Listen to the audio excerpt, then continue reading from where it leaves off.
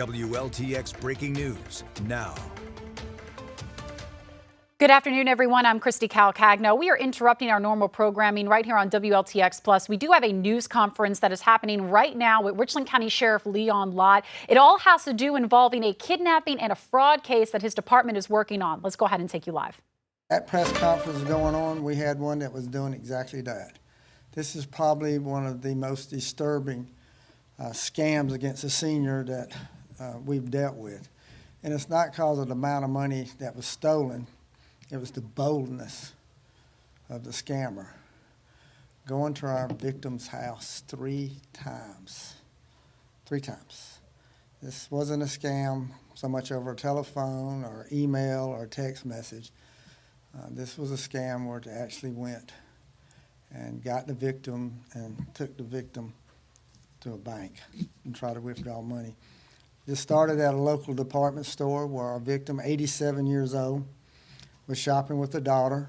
Her daughter went to go do something else while she was at the cash register paying. The clerk that was working there was working under a false identity, had got the job using someone else's identity because her record is 19 pages long. 19 pages of arrests that she's had. So while the senior citizen was there, this individual scammer was convinced her that she needed to get a department credit card from that store. And at that time, she took the lady's driver's license and kept her driver's license, gave her somebody else's driver's license. The lady and her daughter left the store. It wasn't long after that, our senior citizen received some phone calls about her driver's license, and then the visits started to happen. First visit that the scammer came by was worked for DMV and was checking. The second one was about something else that she came by. Third time, she actually convinced her. Now, she is wearing a different wig every time that she shows up. She's concealing her identity. The third time that she showed up, she impersonated somebody working at the sheriff's department. And when our victim inquired why was she dressed like that, she talked about how she worked directly for me and used my name to convince this lady that she was legitimate, even though, and you'll see a picture of her in a minute ago, she looked like nothing like one of our deputies would look like. Took the lady to the bank, was not able to withdraw money at that point. The next day, the scammer actually went to the bank by herself and tried to withdraw money from the lady. But during this time, she'd also got the lady's credit cards. And she charged over $17,000 worth of stuff from this lady's credit card. Washer and dryer, a stove. She just went on a shopping spree. As you see up on the screen, you kind of see a timeline of the visits and how this transpired. This is during the time that we were all talking about scams, and here's this lady out here is committing it. The next picture, this is her. I want everybody to look at this lady's picture. I want you to get it in your memory. She is nothing but a scammer, someone who will take advantage of our senior citizens. You see all the charges we charged her with, from kidnapping right on down. She is out on bond. She's out on a $50,000 bond. There's no doubt, as I'm standing here today, she is out committing a scam right now. She used a false identity to get the apartment that she was living in where the stolen goods was stored. She has lived off victims. But this victim here was 87 years old. She took it even further. She's never been charged with kidnapping. This is what she's charged with, because she took that lady from her home and she made her drive her to the bank where she could try to steal her money. There's just, I don't know, words just can't describe how someone can do something like this. So I want everybody to look at this lady's face. She is out in our community in the Midlands of Columbia. She is out there. She's using false identities to get jobs. She's using false identities to get apartments. She is stealing credit cards. She is scamming senior citizens. She has made a life of crime. I would have hoped that her bond would have been a little bit more significant than this, because you see $50,000 bond, she didn't have any problems getting out on that. She has an ankle monitor on. She has to pay for that. She doesn't have a job. She didn't have any means of income whatsoever except through her scams. She's scamming right now. She's committing a fraud right now. So I hope everybody looks at her picture and sees someone who victimized an 87-year-old lady and tried to take her money, take her identity, take everything that this lady had worked so hard for. She tried to take it, and she would have taken it. Our senior citizen finally got a little suspicious about it, let her daughter know about it. Her daughter actually talked to Dorothy Watkins and almost had the daughter convinced that she really worked at the sheriff's department. Fortunately, the daughter made a phone call and got to me, and at that point we put our investigators on, and they went to work very quickly. These scams, as I said earlier, happen every day. Just in the last couple days, we've had 2 scams I'm going to tell you about. One of them was successful, one of them wasn't successful. First one, our victim got a phone call. Someone identified himself as working at the sheriff's department, gave a badge number. We don't have badge numbers. We don't have badge numbers. But they identified their name. Someone with the sheriff's department gave a badge number. Said there was a warrant for his arrest since he had missed traffic court, and that if he paid, he owed $15,000 court fine, but they reduced it to $5,000. So this victim paid through his Apple Pay $5,000, and then after he paid it, he realized that he'd probably been scammed. So he gave us a phone call, and we took a report. Our second victim received a phone call, again, impersonating the sheriff's department. The phone number that showed up on their line was actually the main number of the sheriff's department, which can be spoofed very easily. Talked to 3 different people and told them that the same thing, that there was a warrant for their arrest, and they owed so much money, $35,000, but it had been reduced to about $9,000, and they needed to go to the bank and withdraw that. Unfortunately, our banks have been educated and trained to recognize when something like that, so we were called and we were able to stop that. What scares me to death as I stand here today is those victims we do not know about. It's happening every day. Bonding companies, fake bonding companies calling people and saying that your loved one's in jail.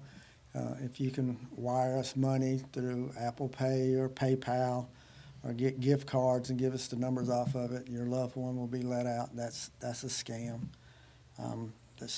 Anything to do with Bitcoins and cryptocurrency, gift cards, Apple Pay, PayPal, anything like that, it's not real. That's not how the system really works. But our seniors are trusting. So how do we stop it? One is through education, what we're doing today, showing someone like Dorothy's picture for everybody to see, letting them know. This is our victim and Dorothy Watkins in the bank. That's investigator Dorothy Watkins with the sheriff's department. That's how she was dressed. That's what she was doing. That's in the bank. Family members. And I know this is probably tough because our seniors try to be so independent. You have got to check their credit card statements. You got to check their bank balances, their checking account balances. You got to check their mail. And yes, they'll get mad at it until they say they don't need you to do it. But if you really love your senior citizen, you love your family member, you need to do that. You've got to be nosy. And when you see something that you know is abnormal, you just can't take their word for it. You've got to follow through. And we're asking our seniors, if you have any calls on the phone or text messages, call and verify through us so we can let you know. Our Project Hope is our senior citizen program that we have here. You know, this is where we check on our senior citizens, we make calls, and the purpose of Project Hope is to build a relationship with our seniors who might not have family members who can check on them or keep up with them or be able to answer questions. So by building a relationship with our team that we have that do Project Hope, then maybe they can give them a call and ask them if this scam is for real or if this good deal is such a good deal. It's not. We've all got to work together. Our seniors are being ripped off every single day, and we all got to be part of the solution. So, questions? If you had to take a guess, how often can these victims recover the money that is taken from them? A very small percentage. Once it goes through cryptocurrency, bitcoins, recovering that money is next to impossible. Again, those are things, Apple Pay, PayPal. Once they go through, we usually don't find out about it until it's too late, and it's hard to stop it. So the success rate is very low. So our success rate in preventing it's got to be even higher. As you mentioned, you were talking about, they'll get calls to bond their son, husband, whoever out of jail. Don't you actually have to go down in person to give the money? You can't do it over the phone? Correct. Or go to a bail bond? But people don't know that. I mean, someone will call up representing a bonding company and say a relative's been locked up, and that senior might not even know that, and say they've asked us to call you. Your nephew's been locked up. He doesn't have anybody to call. He's asked us to call you. His bond is $20,000. If you pay us $2,000 now, we'll be able to get him out of jail. And you love your family and you want to help your family out. And if you've never been through the system before, then you don't know that that's not how it works. Most people have never been arrested before, never had to deal with a situation like that. So they trust somebody when they call. And when somebody calls and impersonates the sheriff's department, they want to believe it.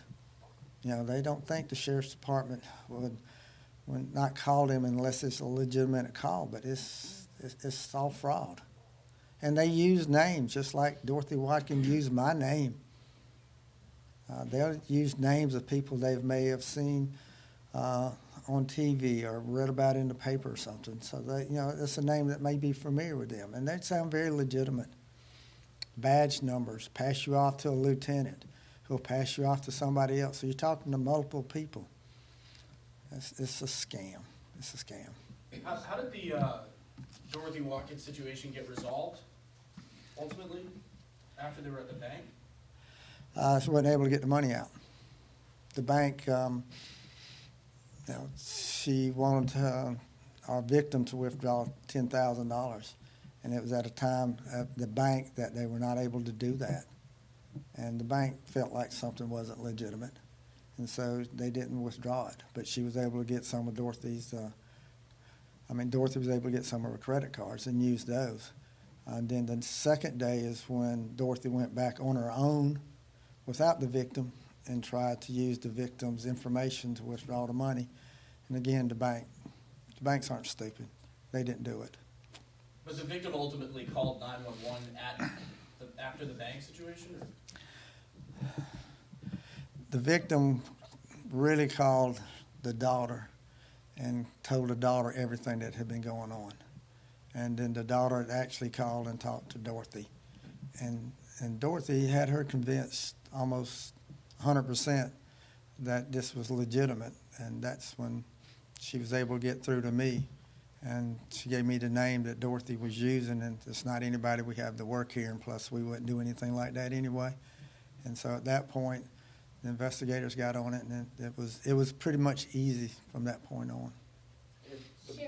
And I will say this, when Dorothy's pictures went out internally to the sheriff's department, externally to bank fraud investigators and stuff, everybody knew who she was. Everybody, for 19 pages of her arrest, everybody looked at it and said exactly who that was. That was Dorothy Watkins. I mean, they know her. We know her. because this is all she's done her whole life, and she's still doing it. Yes, ma'am. I was just gonna ask if there's a way, like younger people or those who are more privy to these kind of scams to report them, how they should go about doing that. They can call us, 911, call your local agency. I mean, that's the quickest way to do it. You know, on this, with Dorothy being actually with the victim, we weren't able to get there quick enough to catch them, but you know, we were able to track her down. Younger people, I think younger people are more savvy. That's why younger people aren't victimized as much as our seniors. This is 87-year-old lady. Everybody, the other two cases I gave you were both senior citizens too. They will prey on our senior citizens. Chair, at this time, do you know if anyone was helping walk-ins? Was she acting alone? So far, we just think she's been acting alone. That's usually what she does. She finances her own lifestyle on the backs of other people, and that's what she's always done. And she did this, and she's out on bond, and she's probably doing the exact same thing. How else is she living right now? She don't have any means of income. How'd she get out on bond? How'd she pay a bondsman? How's she paying for the ankle monitor? It's not because she's got a job, because she doesn't work there anymore since she used somebody else's identity to get the job, with the sole purpose of doing what she's doing. That's why she used false identity to go get a job somewhere, working at a cashier. And what do you have when access to at a cashier? People's credit card information and their driver's license information. That's what the scammers do. They put themselves in positions like Dorothy did and go out and commit a crime. Any information on arrests from the scams this week? You said one of them, there has been an arrest? No, we have not made arrests on any. These are just typical calls we get every day. These calls come in like this every single day. Some of them were able to stop and able to tell. I know one victim that is a senior citizen that lost $20,000. That was twice he paid $10,000, and he was on to the bank to get $10,000 more. I know him. He called me, and I was able to stop him at that point, but that was $20,000 that he had lost. Again, that's what scares me, is the ones we don't know about. Now, 2 weeks ago, I stood up here and talked about how the lady at Food Line, the assistant customer service, stopped two seniors from using the kiosk to do Bitcoins. They'll keep you on the phone and tell you how to do the Bitcoins and cryptocurrency in the kiosks, or go to the convenience store and do that. Seniors don't know how to do that, but they will tell you how to do it. That's a tip. Do you think the victim in this case will be able to get that $17,000 back? No, but she has a brand new washing machine and dryer and stove, so hopefully the location that they bought it from, maybe there's something we can work out with that. She's lost some money, but what we prevented her from doing is losing a lot more. And our seniors are trusting. They are very trusting, and they're taken advantage of. You said Watkins has an extensive record, right? 19 pages. Now, did Watkins use the credit cards to buy the washing machine and all that? Yes, she used our victim's credit card to go buy the washing machine. That's why we were able to seize them, because they were bought with illegally, and the stove. With the record that she has, have the majority of her crimes been these types of crimes, or has she done other types of?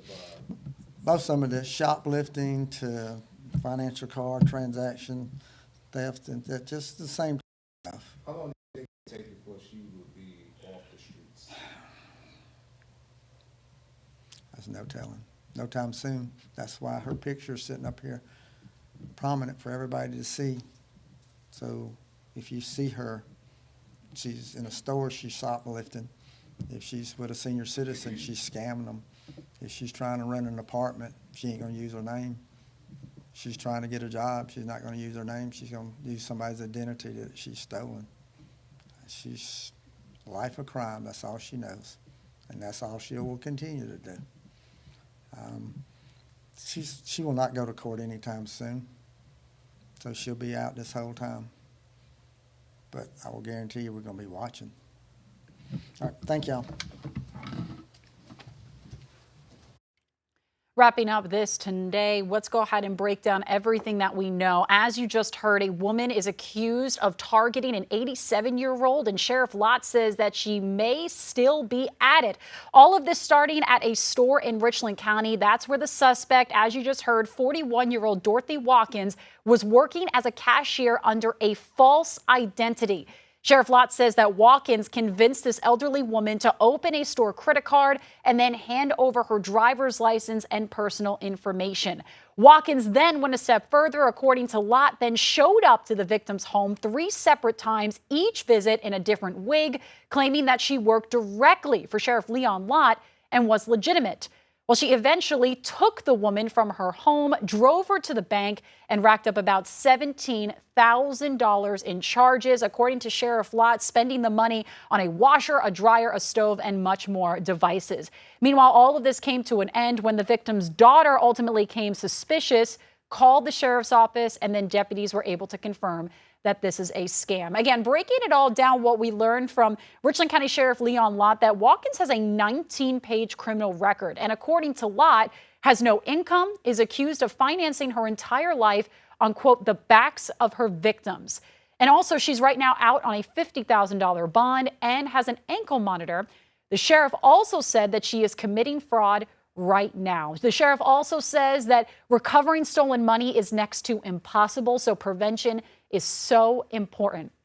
So just as a quick reminder after this press conference, if you get a suspicious call, if you or someone that you love gets any type of suspicious call, even if they hear it's from the Richland County Sheriff's Department, you want to simply hang up that phone call and also verify. Remember, they are never, ever, ever going to be asking you for any kind of money over the phone, no matter how serious and how important that person sounds over the phone. Again, you always want to check credit card statements. You want to check the mail. Sheriff Lott says for family members, be nosy, especially with your elderly family members or neighbors or friends. Just be nosy. And remember, the Sheriff's Department does not have badge numbers. So if someone calls claiming that you owe money or have a warrant, it is simply a scam. Our News 19's Kiki Gushu, you heard there, is tracking the very latest on this story. We are going to have much more about this breaking news coverage coming up later on tonight at Friends at 5, as well as online and on air here at WLTX.com. We thank you all so much for joining us right here for this breaking news press conference over in the Richland County Sheriff's Department. And again, we'll have more details later today.